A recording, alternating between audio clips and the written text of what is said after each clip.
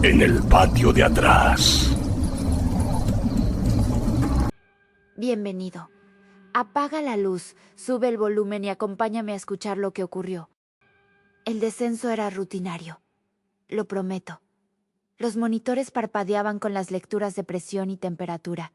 El sonido constante de los sistemas de soporte vital llenaba el habitáculo.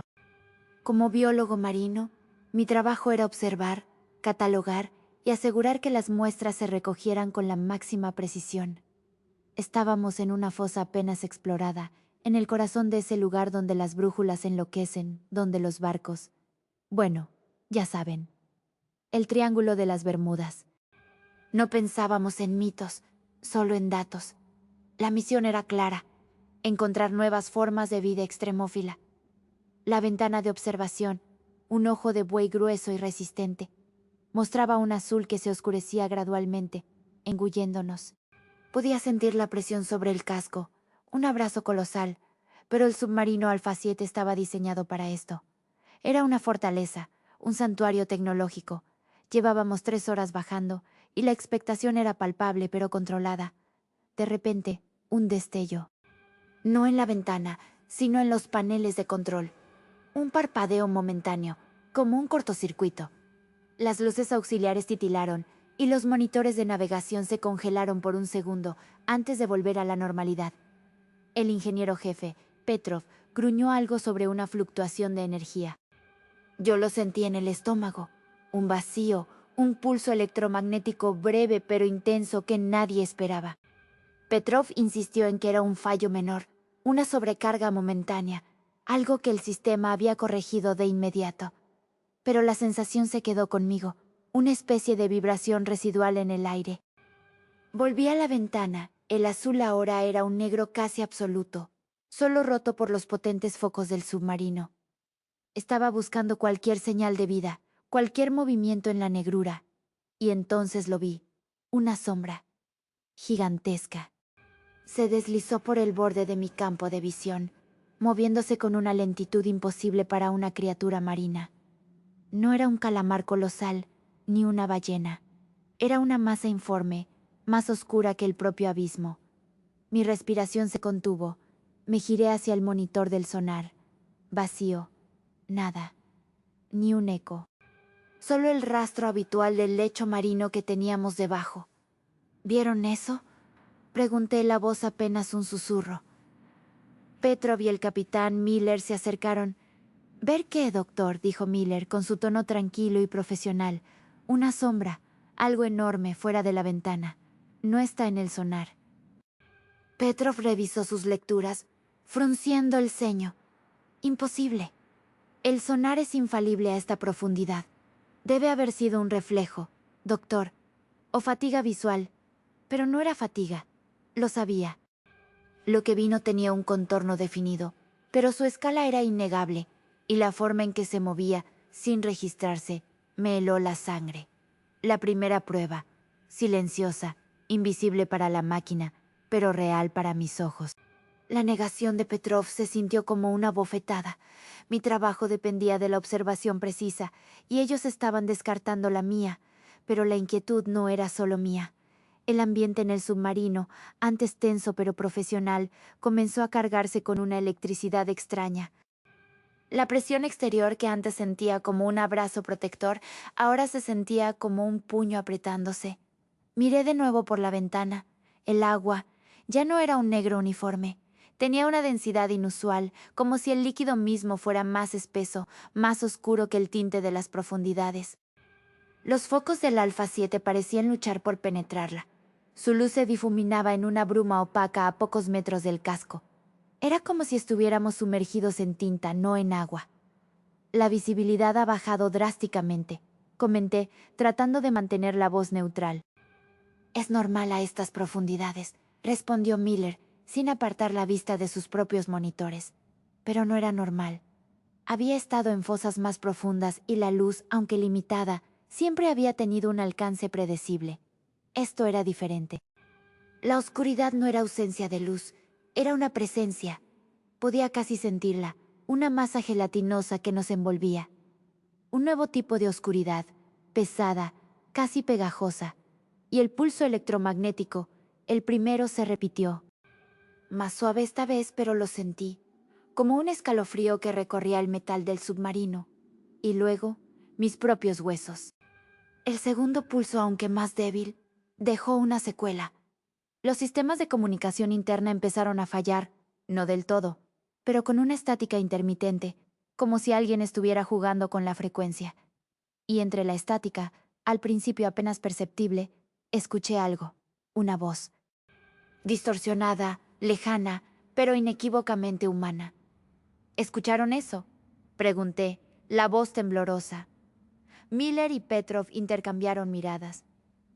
Interferencia en la línea, doctor, dijo Miller intentando sonar tranquilizador. Pero no era solo interferencia. Escuché una palabra, o lo que parecía una palabra, ayuda. Era un susurro, arrastrado, como si viniera de muy lejos o de muy cerca, pero a través de una barrera. Y luego otra voz, superpuesta, más clara esta vez, con un eco metálico, como si el sonido rebotara en las paredes de un casco hundido. Perdidos. Era un coro, pero no de este tiempo, no de esta expedición. Eran voces de desesperación, de tripulaciones que ya no existían. El ingeniero de comunicaciones, una mujer joven llamada Elena, se puso pálida. No es estática normal, dijo, sus ojos fijos en sus pantallas que mostraban picos erráticos.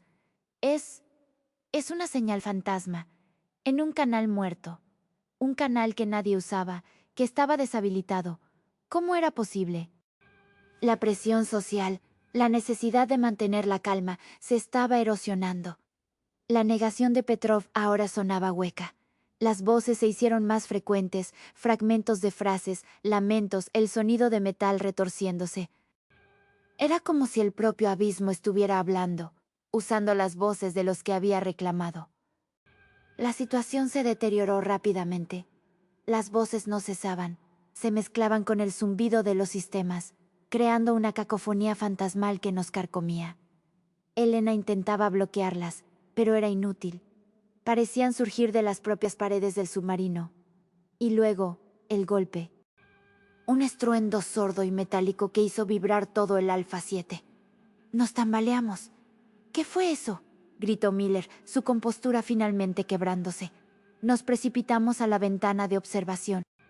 Afuera, en la oscuridad densa, los brazos robóticos del submarino, diseñados para la recolección de muestras y reparaciones, se movían, no con la suavidad controlada de un operador, sino con sacudidas violentas y erráticas. El brazo derecho, el que llevaba la pinza de muestreo, golpeó el casco del submarino con una fuerza brutal, una y otra vez, como si intentara abrirlo desde fuera. Los ingenieros corrieron a sus estaciones, intentando recuperar el control manual, pero los brazos no respondían. Las luces de los brazos parpadeaban, y vi destellos de algo más allá de ellos, en la oscuridad, algo que parecía moverse con los brazos, como si estuvieran siendo manipulados por una fuerza invisible, una extensión de esa sombra que no registraba el sonar. El sonido de los golpes resonaba en el interior, un martilleo incesante y aterrador. No era un fallo mecánico, esto era deliberado. Esto era hostil. El terror se instaló frío y real en la cabina. Ya no había lugar para la racionalización. El martilleo de los brazos robóticos contra el casco era ensordecedor. Cada golpe una punzada en el pecho. Petrov y sus ingenieros sudaban. Sus dedos volaban sobre los controles, pero los brazos seguían su danza macabra, independientemente de cualquier comando. Miller gritaba órdenes, exigiendo una explicación, una solución, pero no había ninguna.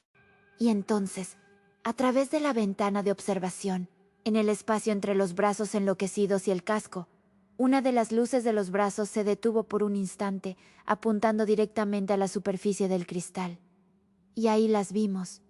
Formas orgánicas. No eran algas ni incrustaciones marinas. Eran estructuras complejas, como venas pulsantes de un color gris verdoso, adheridas a la superficie exterior de la ventana.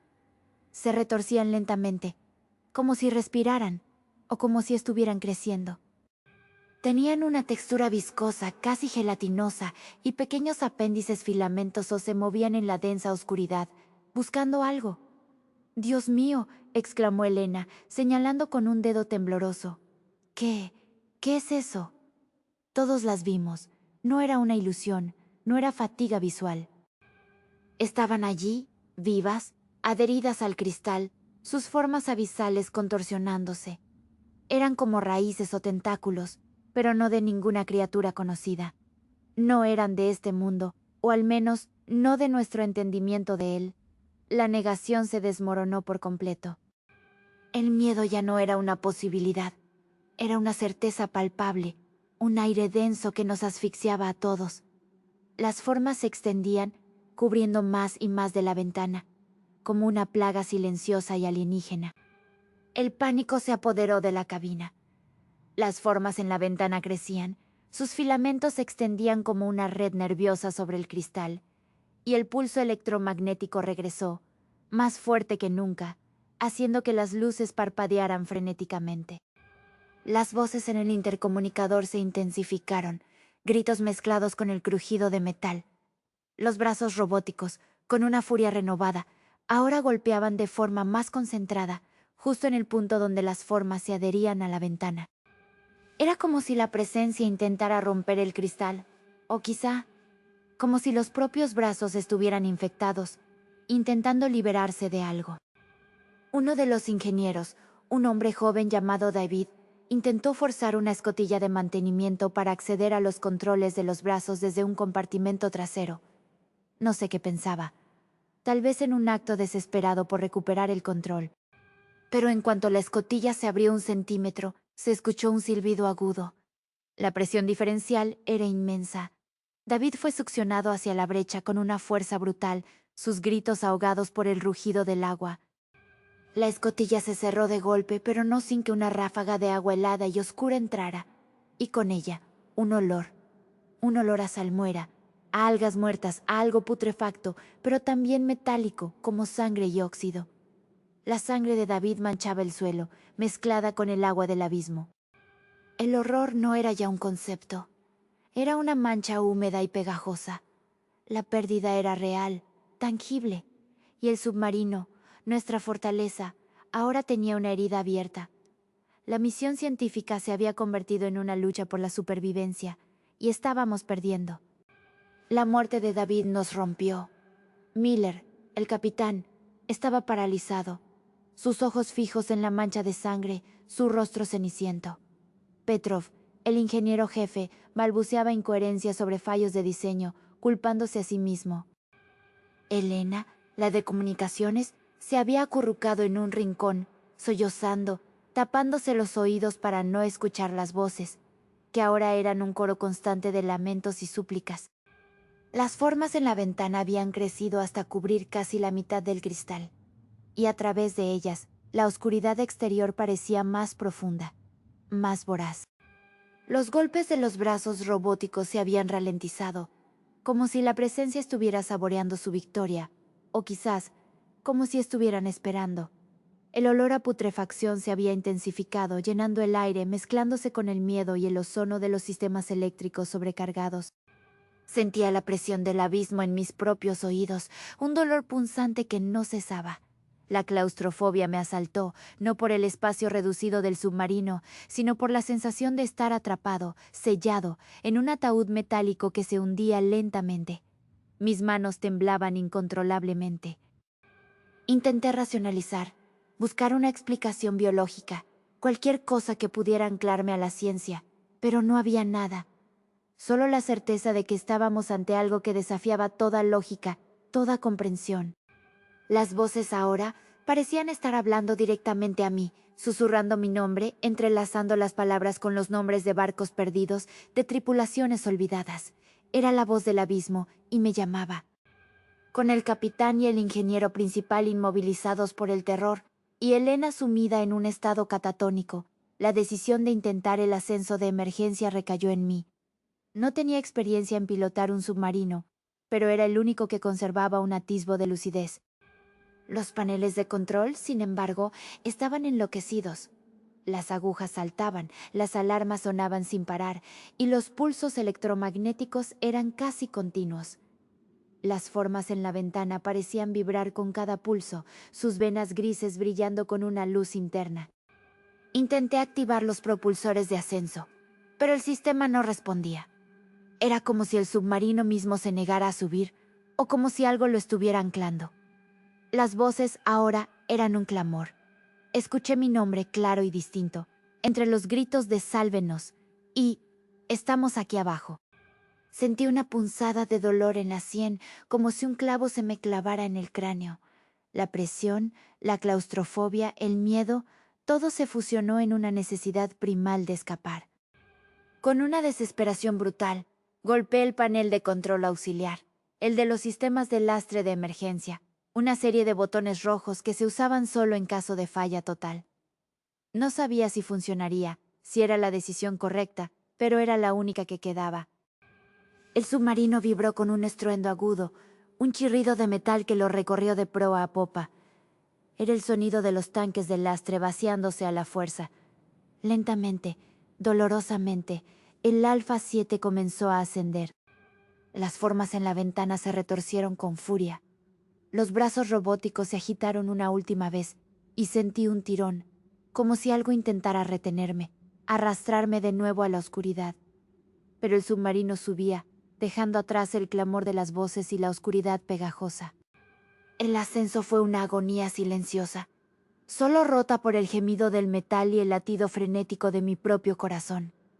No sé cuánto tiempo estuve inconsciente o en qué momento exacto el Alfa 7, o lo que quedaba de él, rompió la superficie. Cuando los equipos de rescate me encontraron, flotando a la deriva en una balsa de emergencia, la cabina del submarino había sido arrancada, y no había rastro de Miller, Petrov o Elena. Solo yo, y el silencio, pero el silencio no era completo. Desde entonces, el dolor de cabeza punzante no me ha abandonado. Es un dolor que coincide con pulsos electromagnéticos, sutiles, que nadie más parece notar, pero que yo siento en los huesos, en el cerebro, una vibración constante, como la del metal del submarino bajo la presión abisal. Y la claustrofobia. Cualquier espacio cerrado, cualquier habitación sin ventanas me ahoga. Siento el peso del agua sobre mí, la presión de esas profundidades inexploradas, como si el abismo no me hubiera soltado del todo. Como si algo, esa presencia, ese pulso, esa oscuridad, hubiera ascendido conmigo. A veces, en la quietud de la noche, juro que puedo escuchar las voces. No las de los barcos, sino la mía propia, susurrando en un canal muerto, pidiendo ayuda, perdida, en lo profundo del Triángulo de las Bermudas. El brazo robótico tocó lo invisible, pero lo invisible también nos tocó a nosotros. Y a mí, me marcó para siempre. Porque a veces lo peor no está bajo la cama, está en el patio de atrás.